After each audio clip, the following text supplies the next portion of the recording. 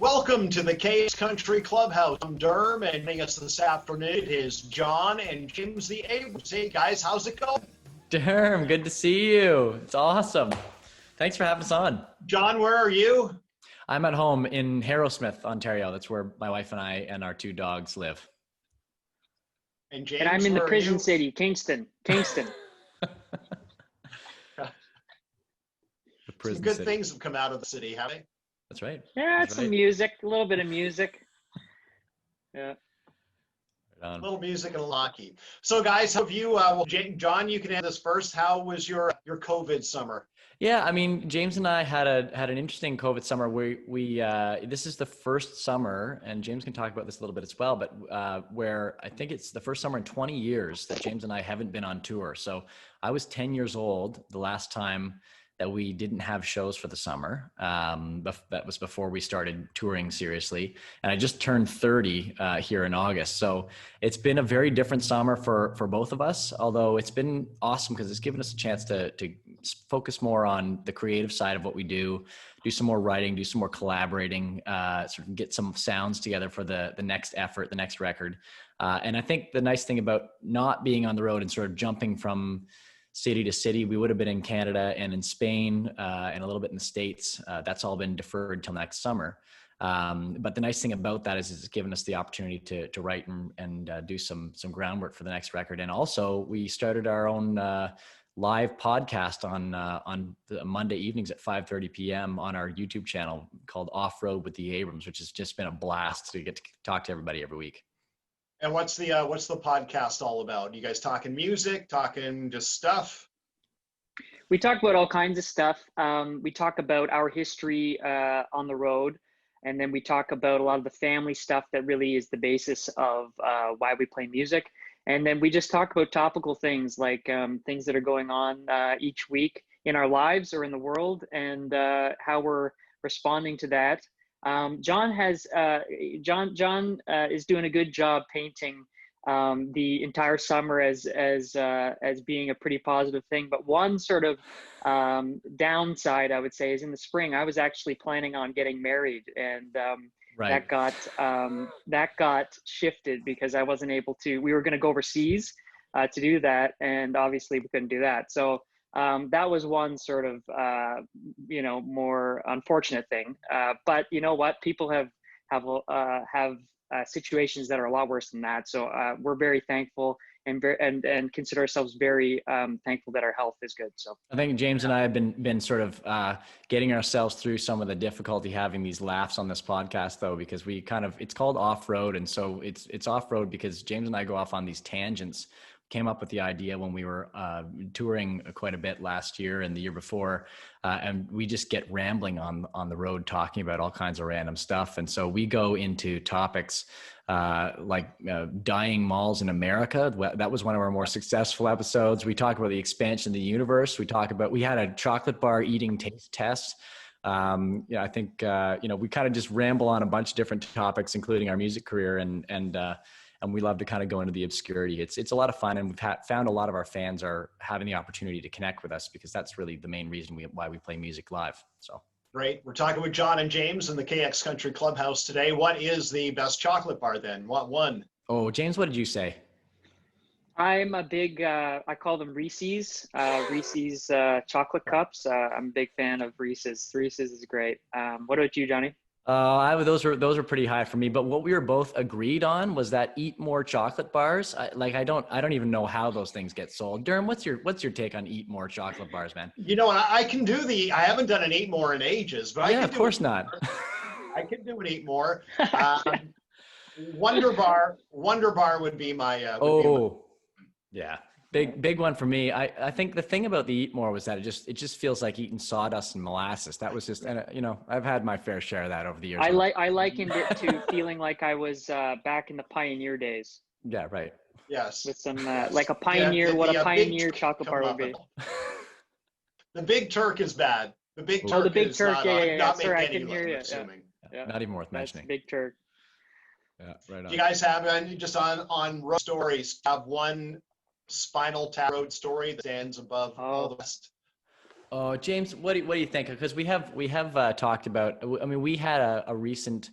I guess the one that I can talk about is we were coming home from a tour not about a year and a half ago where we we had a you look forward to getting home after a long tour. I mean, that's just the deal. And we were coming through the mountains in Wyoming on the way back to Ontario.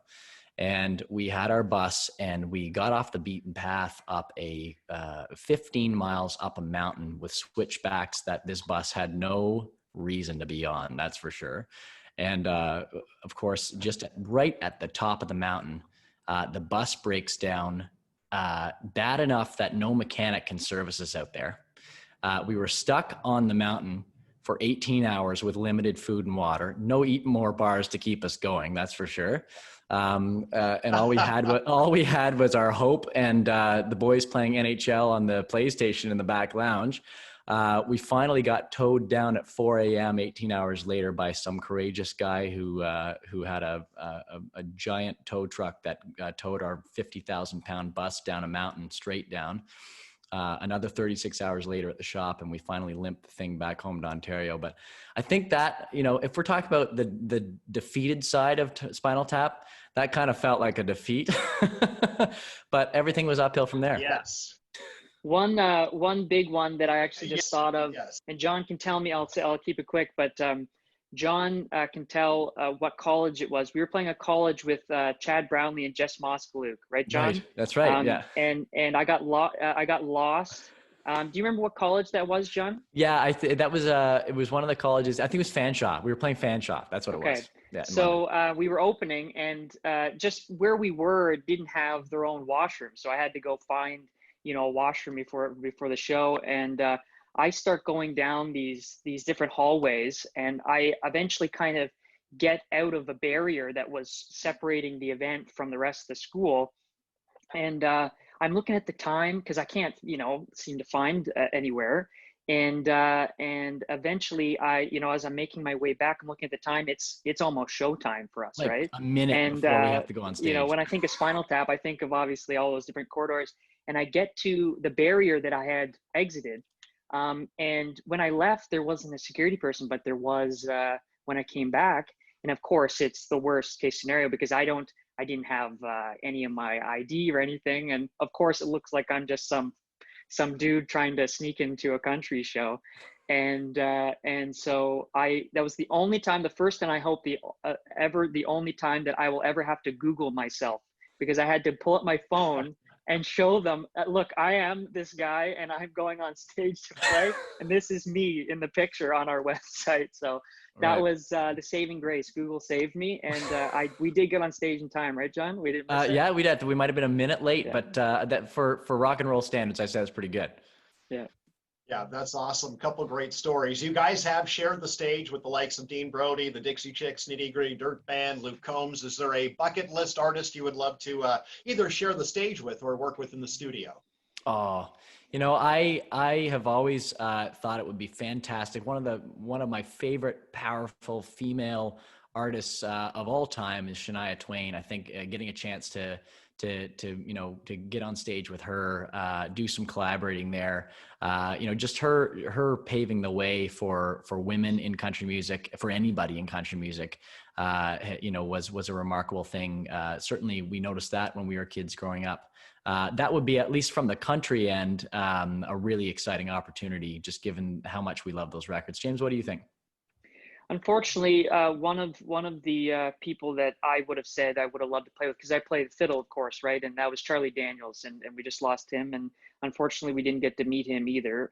But that would have been someone that would have been really, really cool up there on my list. We end our show a lot of the time with Everyone Down to Georgia, and so that was a big one. But I would say maybe a Canadian in terms of songwriter. I would say Gordon Lightfoot. Oh yeah, Gordon Lightfoot is a huge. We're huge fans of Gordon Lightfoot, and he's just such a legend. And so that I would say him.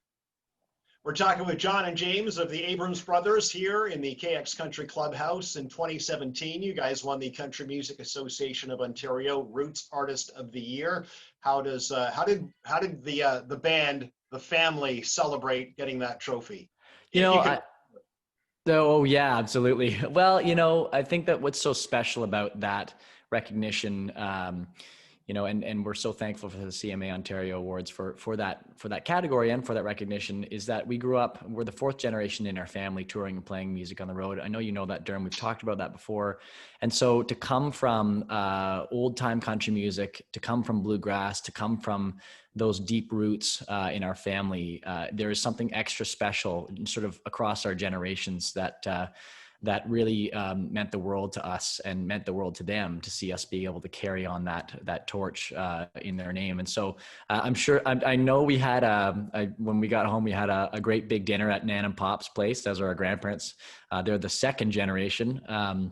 And we celebrated that way, and we're really, really thankful that the CMA Ontario Awards are doing a show again this year, that they've got a drive-in format, that they've got an opportunity to be able to access the fans, and that we get to be a part of that, because and we're up for group or duo of the year this year. We're up for Roots Artist again, and it's so special to be a part of. I think James can attest to this as well, but there's something really special about the country music community, specifically in Canada and especially in Ontario.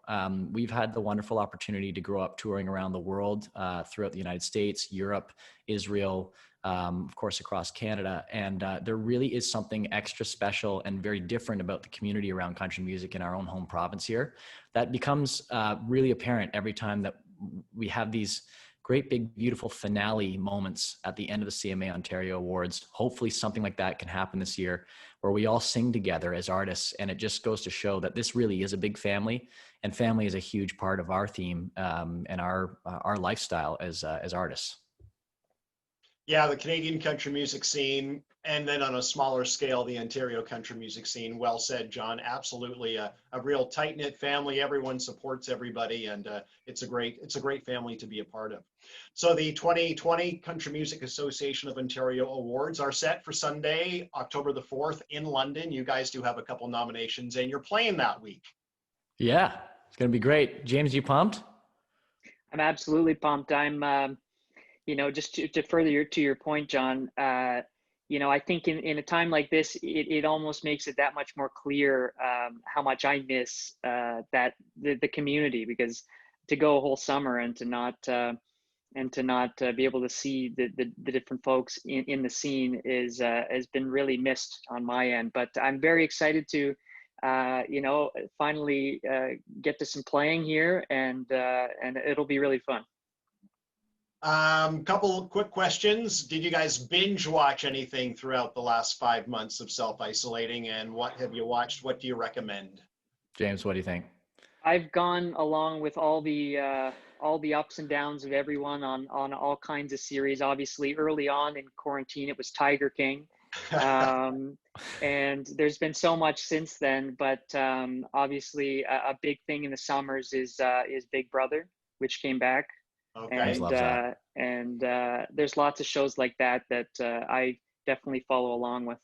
I've been crushing nostalgia movies. I've been deep into the Disney animated past, going down the vortex of Disney Plus. So I mean, everything from Fox and the Hound, The Sword and the Stone to Cinderella. Like I don't know what it is. There's something so inspiring and romantic about it. Maybe it'll inspire some songs. Of course, I'm wearing my Star Wars denim jacket here because Star Wars fans are, I guess, woke now, because Star Wars is everywhere, and we can all come out of the cave and celebrate that. So I've been crushing some Star Wars too. And season 2 of A Mandalorian is coming. It's coming. Oh, is it? I love you, man. You're the best. Like, honestly, here we are talking about The Mandalorian on our country music interview. It's the best thing ever. And finally, who's going to win the Stanley Cup? Oh. Well, I'm a little bitter because I hate to say this from probably lots of your listeners are big Leaf fans, but I'm a big Bruins fan, and they just kind of unraveled this year for me. So I took a few days off of watching, but I think that the Lightning are probably going to go right through to the end there and clean up. They deserve to do that, and last year was kind of a fluke with them getting kicked out early on, and it was good for the Bruins because the Bruins got to slide all the way to the end, but I think the Lightning is going to take it. I should also mention too that we have a dear friend in Doug and Linda Jarvis, who are folks that have a cottage not too far from us, and of course, Doug Jarvis has many Stanley Cup rings from his time as a player in Montreal, from his time in Dallas on the bench, and of course his time in Boston in 2011 on the bench, and he's now working with Vancouver with the Vancouver Canucks. In a really important role there. So we're obviously, we've got a few different ties to hockey. We've been loving watching the whole process of the Stanley Cup sort of coming out of this COVID period and trying to do our best to, I don't know, stand in solidarity with our Canadian brothers and sisters, because it's been a weird time not being able to have hockey. That's for sure. Yeah. It's been awesome. Like, I think the NHL has done a stellar job with this tournament. It looks great on TV, and the hockey's been great. It has gotten better in each round. I'm thinking a Tampa Bay Vegas final would be superb. I agree. think those are the best teams. Yeah, for sure. And Tampa without Stamkos, they're still kicking butt, so that should be It's amazing. Final. And we'll wrap things up now, guys. Thank you so much. Country Music Association of Ontario, October 4th in London. The Abrams brothers nominated for 2 awards, group or duo, as well as Roots Group of the Year. Good luck, guys. Have a great time. Stay safe, and let's do this again sometime. This has been an awesome chat. Absolutely. Thanks, Derm, and thanks to everybody at KX Country. You guys are the best.